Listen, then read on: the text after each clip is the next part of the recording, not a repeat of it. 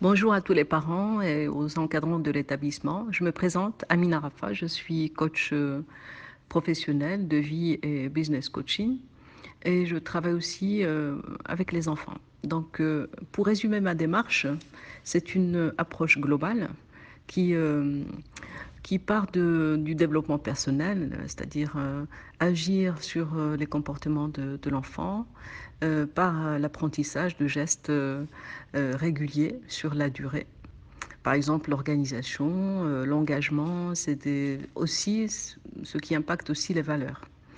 Euh, Par ailleurs, la démarche coaching consiste en euh, un suivi de l'enfant, individualisé bien entendu, sur quelque chose qui relève d'une problématique individuelle. C'est sa perception de sa réalité.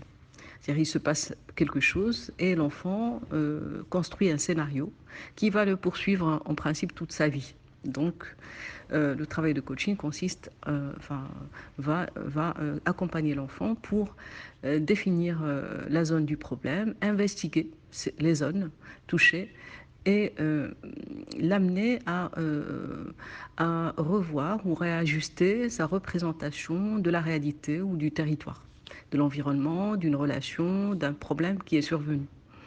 Donc c'est quelque chose qui est formidable parce que l'enfant étant petit, une fois qu'il a réglé ça, ça se règle très facilement chez l'enfant d'ailleurs, c'est quelque chose qui va plus le poursuivre toute sa vie.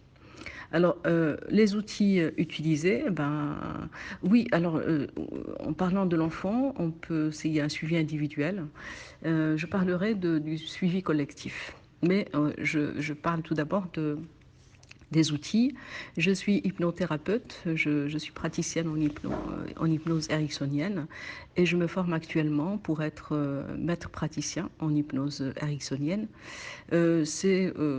Pour résumer très vite la démarche, c'est une approche qui fait partie des thérapies brèves qui amène l'enfant ou l'individu à, à vivre, à réparer sur un large spectre une représentation, un problème. Ça peut être tout, ça peut être une allergie physique, ça peut être une souffrance psychologique.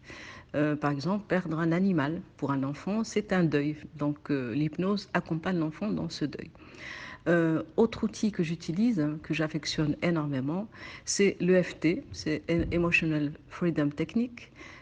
Là, on va se focaliser essentiellement sur les émotions, par exemple les peurs. On sait que les enfants ont des peurs.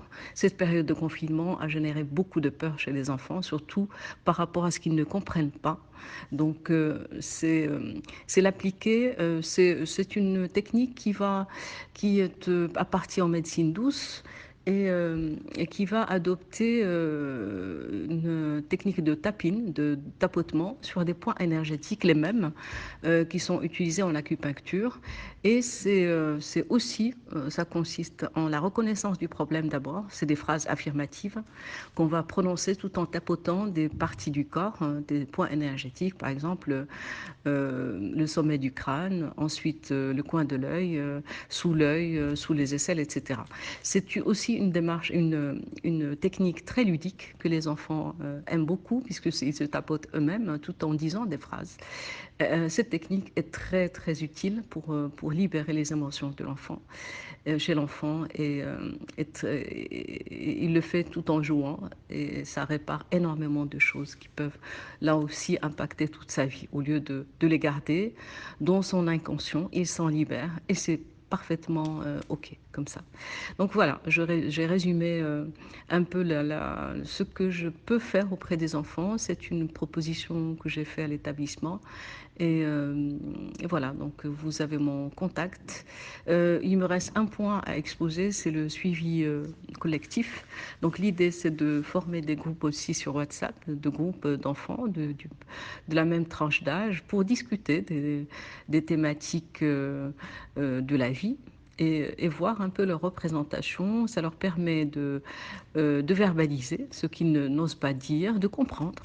d'intercomprendre, puisqu'ils parlent avec des pères, des enfants de leur âge, et de se, peut-être aussi là encore, de rectifier leur représentation, et c'est OK. Les enfants ne s'attardent pas, hein, ils sont dans le concret, ils ne s'attardent pas sur des problématiques existentielles, et une fois qu'ils en ont parlé, ils passent à autre chose.